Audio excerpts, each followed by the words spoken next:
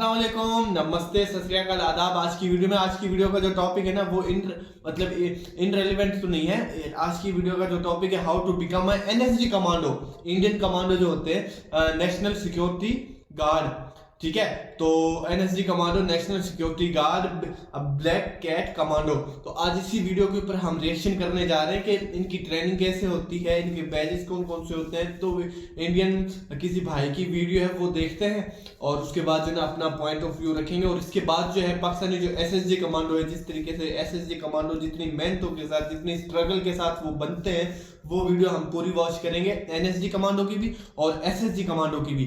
तो next video जो है इंशाल्लाह एसएसजी कमांडो के ऊपर ही आने वाली है। तो आप चैनल को लाजमी सब्सक्राइब कर लीजिए टाइम से पहले, ताकि कोई भी वीडियो आपसे मिस ना हो सके। और ओरिजिनल जो वीडियो का लिंक आपको नीचे मिल जाएगा डिस्क्रिप्शन के अंदर।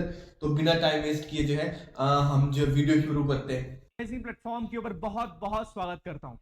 आज हम बात करेंगे नेशनल सिक्योरिटी गार्ड्स के बारे में, जिन्हें आप में से कई लोग ब्लैक कैट कमांडोज के नाम से भी जानते हैं। और मैं जानता हूं कि आप में से कई सारे ऐसे डिफेंस एस्पिरेंट्स हैं जो कि आगे जाके एनएसजी को ज्वाइन करना चाहते हैं। आज हम उसी बारे में बात करेंगे कि कैसे आप एनएसजी को ज्वाइन कर सकते हैं, एनएसजी का ट्रेनिंग प्रोसेस क्या होता है और ये ट्रेनिंग कितनी मुश्किल होती है, एनएसजी कौन से वेपन्स को यूज करते हैं और एनएसजी ने आज तक किन किन मिशन को अंजाम दिया है।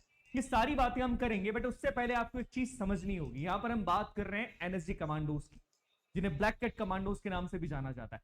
जब ये शब्द हम सुनते हैं ना कमांडो, तो आपको समझना पड़ेगा कमांडो एक ऐसा सोल्जर होता है जो दुनिया के अंदर किसी भी परिस्थिति में, किसी भी सिचुएशन का सामना कर सकता है। आप उसे कैसा भी मिशन दीजिए, वो हर उस मिशन को अंजाम दे सकता है जिस मिशन का नाम सुन के भी किसी नॉर्मल आदमी की रूह कांप जाएगी।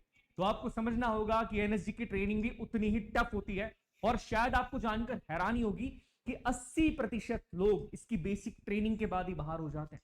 आप समझ सकते हैं कि ट्रेनिंग कितनी मुश्किल होती है, बट कमांडो वही तो होता है जो किसी भी तरह की परिस्थिति का सामना करे, और इसीलिए इस ट्रेनिंग को इतना टफ बनाया जाता है। चलिए हम जानते हैं नेशनल सिक्योरिटी गार्ड्स के बारे में। एनएसजी की स्थापना 16 अक्टूबर 1984 को एक काउंटर टेररिज्म यूनिट के तौर पर की गई थी। देखिए, एनएसजी जो है वो भारत की एक स्पेशल यूनिट है। आप सभी को मेजर संदीप उन्नीकृष्णन जी जरूर याद होंगे। जब 26/11 का हमला हुआ, उस समय पर एनएसजी ने और मार्कोस ने एक ऑपरेशन चलाया था जिसका नाम था ऑपरेशन ब्लैक टॉर्नेडो। उसी ऑपरेशन के दौरान एनएसजी के कमांडो मेजर संदीप उन्नीकृष्णन जी ने अपने जीवन का सर्वोच्च बलिदान दे दिया था। देखिए, जब इस तरह की परिस्थितियां आती हैं कि आतंकवादी देश के ऊपर हमला कर देते हैं, कोई होस्टेज सिचुएशन आती है या कोई ऐसी सिचुएशन आती है जब आतंकवादियों ने लोगों को बंधक बना के रखा है, तब एनएसजी कमांडोज को भेजा जाता है और वो आतंकवादियों का सफाया कर देते हैं। बिकॉज ट्रेनिंग बहुत डिफिकल्ट होती है, ट्रेनिंग बहुत टफ होती है, सिलेक्शन प्रोसेस बहुत मुश्किल है। इसी कारण इन्हें इस तरीके से ट्रेन किया जाता है कि किसी भी तरह के ऑपरेशन को ये बहुत आसानी से अंजाम दे सकते हैं। अब एक सवाल आता है कई बार माइंड में कि क्या एनएसजी को डायरेक्टली ज्वाइन किया जा सकता है, मतलब कि मैं एक सिविलियन हूं, क्या मैं एनएसजी के लिए डायरेक्टली अप्लाई कर सकता हूं? तो नहीं, आप नहीं कर सकते। अगर आपको एनएसजी को ज्वाइन करना है तो सबसे पहले या तो आपको इंडियन आर्मी का पार्ट बनना पड़ेगा, मतलब इंडियन आर्म फोर्सेस का पार्ट बनना पड़ेगा, इंडियन आर्मी हो, नेवी हो, एयरफोर्स हो, या फिर आपको पैरामिलिट्री का हिस्सा बनना पड़ेगा। अगर आप इन दोनों में से किसी का हिस्सा है तो ही आप एनएसजी को ज्वाइन कर सकते हैं। और आपकी उम्र 35 साल से कम होनी चाहिए। ये बात भी याद रखिएगा कि 35 साल से कम उम्र आपकी होनी चाहिए, और आप या तो पैरामिलिट्री का हिस्सा है या फिर आप इंडियन आर्म फोर्सेस का हिस्सा है, तो ही आप एनएसजी को ज्वाइन कर सकते हैं। एनएसजी के बारे में और बात करें तो बेसिकली एनएसजी की 3 यूनिट्स होती है। सबसे पहली होती है आपकी स्पेशल एक्शन ग्रुप, जिसे एसएचजी के नाम से जानते हैं। दूसरी होती है आपकी स्पेशल रेंजर ग्रुप, जिसे एसआरजी के नाम से जानते हैं। तीसरी होती है आपकी स्पेशल कंपोजिट ग्रुप, जिसे एससीजी के नाम से जानते हैं। 3 यूनिट्स के बारे में हम जानते हैं। सबसे पहली हमारी जो यूनिट है वो है आपकी स्पेशल एक्शन ग्रुप। ज्यादातर लोग एनएसजी के एसएजी को ज्वाइन करना चाहते हैं, बिकॉज यही वो यूनिट होती है जो कि एंटी टेरर ऑपरेशंस को अंजाम देती है, जो कि काउंटर इंसर्जेंसी ऑपरेशंस को अंजाम देती है। आतंकवादियों का सफाया करने का काम यही यूनिट करती है। 26/11 के जब मैं बात कर रहा हूं तो 26/11 के हमले के अंदर भी यही यूनिट सक्रिय थी, और मेजर संदीप उन्नीकृष्णन जी भी एनएसजी की स्पेशल एक्शन ग्रुप का हिस्सा थे। अगर आपको एनएसजी के स्पेशल एक्शन ग्रुप का हिस्सा बनना है तो आपको इंडियन आर्म फोर्सेस को ज्वाइन करना पड़ेगा।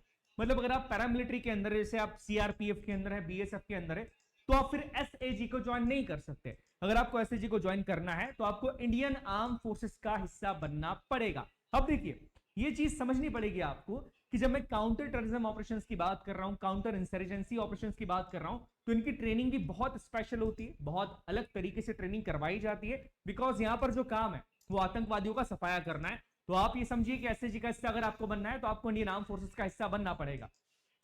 दूसरी होती है आपके स्पेशल रेंजर उससे उसके बगैर आप नहीं हो क्या है, सकते। वो काउंटर टेररिज्म ऑपरेशंस तो करता ही ठीक है, है। साथ ही साथ वो वीआईपी सिक्योरिटी भी करता है। आपने देखा होगा कि कई सारे वीआईपीज को एनएसजी कमांडो सुरक्षा देते हैं। तो जो यूनिट वीआईपी सिक्योरिटी के अंदर लगी होती है एनएसजी की, वो यूनिट कौन सी, वो स्पेशल रेंजर यूनिट। अगर आपको स्पेशल रेंजर ग्रुप का हिस्सा बनना है तो आपको इंडियन आर्मी से होना जरूरी नहीं है, आप पैरामिलिट्री से भी अगर है, जैसे कि आप सीआरपीएफ हैं, तो भी आप इसे ज्वाइन कर सकते हैं। बट ये जो यूनिट होती है वो काउंटर इंसर्जेंसी ऑपरेशंस के अंदर पार्टिसिपेट नहीं करती है, ये वीआईपी सिक्योरिटी के अंदर लगी होती है। तो ये चीज आपको समझनी पड़ेगी सिक्योरिटी के लिए। तीसरी जो यूनिट है जिसे स्पेशल कंपोजिट ग्रुप के नाम से जाना जाता है, नाम से क्लियर हो रहा है, कंपोजिट ग्रुप है। इसमें इंडियन आर्म फोर्सेस के ऑफिसर्स भी होते हैं, इंडियन आर्म फोर्सेस के सोल्जर्स भी होते हैं, और पैरामिलिट्री के ऑफिसर्स और सोल्जर्स भी इसके अंदर होते हैं। बेसिकली इस यूनिट का काम क्या होता है, ये जो 5 हेडक्वार्टर्स है, जैसे कि मुंबई, चेन्नई, हैदराबाद, कोलकाता, गांधीनगर, इनके आसपास अगर कोई ऐसा इंसिडेंट हो जाता है जहां पर हमको आतंकवादियों का सफाया करना है या कोई काउंटर टेररिज्म ऑपरेशन चलाना है, तो इन यूनिट से ही लोगों को भेजा जाता है। जैसे मुंबई के आसपास अगर हुआ तो 26 एससीजी के मेंबर्स को वहां पर भेजा जाएगा। आप समझ रहे होंगे। तो इस यूनिट के अंदर इंडियन आर्म फोर्सेस के भी और पैरामिलिट्रीज के अधिकारी भी होते हैं। आइए अब जानते हैं नेशनल सिक्योरिटी गार्ड्स के ट्रेनिंग के बारे में। एनएसजी की ट्रेनिंग बहुत मुश्किल होती है। आप ये समझ सकते हैं बहुत कि ज्यादा NSG की सख्त ट्रेनिंग होती है। दुनिया की सबसे टफेस्ट ट्रेनिंग में से एक होती है। इसकी पाकिस्तानी ट्रेनिंग जो भारत के एसएसजी सेना कमांडोज के हैं उनकी अफगानिस्तान आप में देखेंगे होती है। आपकी, और ट्रेनिंग का जो पूरा पीरियड है वो लगभग 14 महीने का होता है। 3 महीने की आपकी बेसिक ट्रेनिंग होती है, जिसे आप प्रोविजन पीरियड भी कह सकते हैं, और इसके बाद 9 महीने की एडवांस ट्रेनिंग होती है। अब इस पूरी ट्रेनिंग के दौरान, यहां पर मैं बेसिक ट्रेनिंग की बात कर रहा हूं, जो ड्रॉप आउट रेट है वो 80% के लगभग है। समझिए आप, 80% ड्रॉप आउट रेट बहुत ज्यादा होता है। ऐसा क्यों है? बिकॉज ट्रेनिंग बहुत बहुत टफ होती है यहाँ पे। एनएसजी की पूरी ट्रेनिंग के दौरान, जब मैं 3 महीने की बेसिक ट्रेनिंग की बात करूं, तो 26 एलिमेंट्स को आपको परफॉर्म करना होता है। जैसे आपको काफी हाइट से, ऊंचाई से कूदना सिखाया जाता है, आपको शूटिंग सिखाई जाती है, आपको हैंड टू हैंड कॉम्बैट सिखाई जाती है, आपको लॉन्ग रन करवाया जाता है। ये सारे एलिमेंट्स को आपको पूरा करना होता है और सारी परीक्षाओं में आपको खरा उतरना पड़ता है। इसके बाद जो सोल्जर्स ये सारी चीजों को पार कर लेते हैं, उनको 9 महीने की एडवांस ट्रेनिंग दी जाती है। बट आप समझ रहे हैं कि ड्रॉप आउट रेट कितना है? 80% का ड्रॉप आउट रेट होता है। बिकॉज एक एनएसजी कमांडो को फिजिकली फिट होने के साथ साथ मेंटली भी फिट होना पड़ता है। जो पूरी ट्रेनिंग है एनएसजी की, ये 3 चरणों के अंदर कंप्लीट होती है। आगे हम बात करें तो आप सब जानते हैं एनएसजी कमांडोज शूटिंग में बहुत माहिर होते हैं। शूटिंग के लिए इन्हें स्पेशल ट्रेनिंग दी जाती है, अंधेरे कमरे के अंदर कैसे शूट करना है, बड़ी पेयर्स के साथ, कि आपका साथी के ऊपर आपको कितना भरोसा है, आपका साथी सामने खड़ा है, आप इस साइड खड़े और आपको निशाना लगाना होता है, और आपके साथी के बहुत पास से वो गोली जाती है, ताकि आपका और आपके साथी का एक ट्रस्ट बने। तो याद रखिएगा, यहाँ पर बड़ी पेयर बनवा के भी शूटिंग करवाई जाती है आपसे। इसके अलावा अंधेरे कमरे के अंदर आपसे शूटिंग करवाई जाती है। आपको कैसे इंटेलिजेंस गैदर करना है, इसकी ट्रेनिंग दी जाती है। किस तरीके से आपको ऑपरेशंस को अंजाम देना है, उसकी ट्रेनिंग की जाती है। इतना ही नहीं, कैसे आपको अंडर वाटर ऑपरेशंस को अंजाम देना है, ये सारी ट्रेनिंग भी यहां पर दी जाती है। मतलब आप समझिए कि जितनी भी चीजें आपने अब तक सुनी है ना, वो सारी चीजों की ट्रेनिंग एनएसजी को सिखाई जाती है, एनएसजी कमांडोज को सिखाई जाती है। कुछ कमांडोज ऐसे होते हैं जो कि जिनका रेशो काफी कम होता है, उन कमांडोज को इजराइल के अंदर भेजा जाता है ट्रेनिंग के लिए।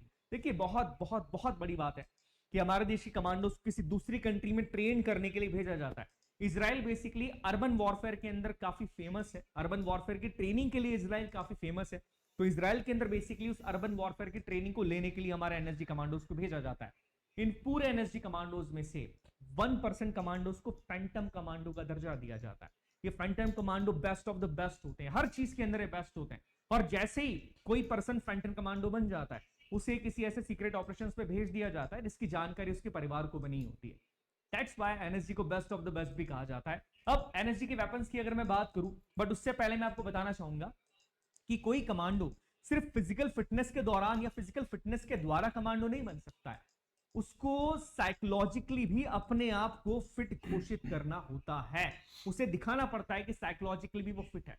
इसीलिए एनएसजी कमांडो बनने के लिए आपको एक साइकोलॉजिकल टेस्ट भी देना पड़ता है। आपकी ट्रेनिंग के दौरान ही आपका टेस्ट होता है। इसमें चेक किया जाता है कि विपरीत परिस्थितियों के अंदर, आप प्रेशर के अंदर है, आप स्ट्रेस के अंदर है, उस प्रेशर और स्ट्रेस के अंदर आप कैसे डिसीजन लेते हैं, आपका डिसीजन सही है या गलत है। बिकॉज आपका एक गलत डिसीजन आपकी साथियों की भी जान ले लेगा, दैट्स वाई साइकोलॉजिकल टेस्ट को भी कंडक्ट करवाया जाता है। ये सारी चीजें पूरी होने के बाद कोई पर्सन एनएसजी कमांडो बनता है। अब एनएसजी कमांडो का जो पूरा पीरियड होता है वो 3 से 5 साल का होता है। 3 से 5 साल तक आप सर्व करते हैं एज एन एनएसजी कमांडो, और उसके बाद आपको अपनी पेरेंट यूनिट्स के अंदर भेज दिया जाता है। नॉर्मली ये होता है कि 3 साल तक ही लोग सर्व करते हैं, बिकॉज क्या होता है ना, देखिए आप समझ रहे, कमांडो का काम फिजिकल फिटनेस के साथ साथ मेंटल फिटनेस का भी होता है, तो कई लोग सर्वाइव नहीं कर पाते। बट नॉर्मली अगर बात करें तो 3 से 5 साल का इनका पूरा पीरियड यहां पर होता है। वेपन्स की बात करें तो कई तरह के वेपन से यूज करते हैं, जैसे SIG SD550 की बात करें, M249 की बात करें, मतलब जितने वेपन्स हमारे देश में यूज किए जाते हैं, हमारी जो स्पेशल फोर्सेस यूज करती है, वही सारे वेपन्स हमारे एनएसजी भी यूज करते हैं। इसके अलावा भी कई सारे स्पेशल वेपन्स का एनएसजी यूज करते हैं। तो अगर आप एनएसजी कमांडो बनना चाहते हैं तो आपको ये जानना होगा कि या तो आपको इंडियन आर्म फोर्सेस को ज्वाइन करना होगा या फिर आपको पैरामिलिट्री को ज्वाइन करना पड़ेगा, और एनएसजी कमांडो बनने के लिए आपको बहुत बहुत बहुत मेहनत करनी पड़ेगी। चलिए, मैं आप सभी को बेस्ट ऑफ लक कहता हूं। अगली बार किसी ऐसे टॉपिक के साथ मैं आपको मिलूंगा, तब तक के लिए जय हिंद। तो जी हाँ, वीडियो जैसा कि आपने देखा एंड हो गई है, काफ़ी इंफॉर्मेशनल भी थी, और मुझे ये देख के हैरानगी हुई कि भाई एनएसजी कमांडो, भले एसएसजी कमांडो हो, कोई भी हो, तो उनको भाई 90 दिन मतलब 3 मंथ के लिए उनको बेसिक ट्रेनिंग जो होती है ना उनकी वो दी जाती है। और इनका टोटल जब मतलब बंदा एनएसजी कमांडो बन जाता है, वो 14 महीने में इसकी ट्रेनिंग मतलब बेसिक ट्रेनिंग होती है, फिर उसके बाद एडवांस, फिर उससे अलग एडवांस लेवल की ट्रेनिंग होती है। तो काफ़ी मुश्किल काम है ये इसके अंदर। और इसके अंदर डायरेक्टली तो आप बिल्कुल भी ज्वाइन नहीं हो सकते, आपको पाकिस्तान आर्मी या इंडियन आर्मी जिससे भी आप ज्वाइन कर रहे हैं उसका हिस्सा होना लाजमी है। और इसके बाद जो है ये 3 हिस्सों में इन्होंने डिवाइड किया ना।